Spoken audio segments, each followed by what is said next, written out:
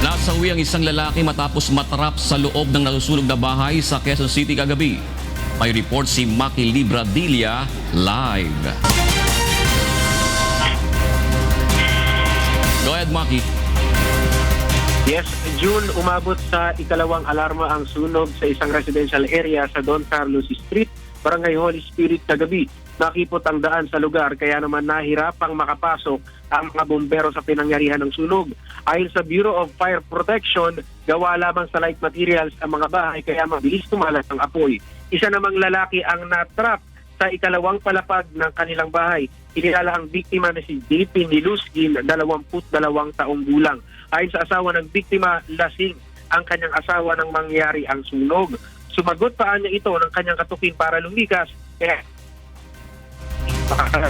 ay inaalam pa ng DFT ang pinagmula ng apoy, pero ayon sa asawa ng biktima, may naiwan umanong nakabukas na kalan bago mangyari ang sunog.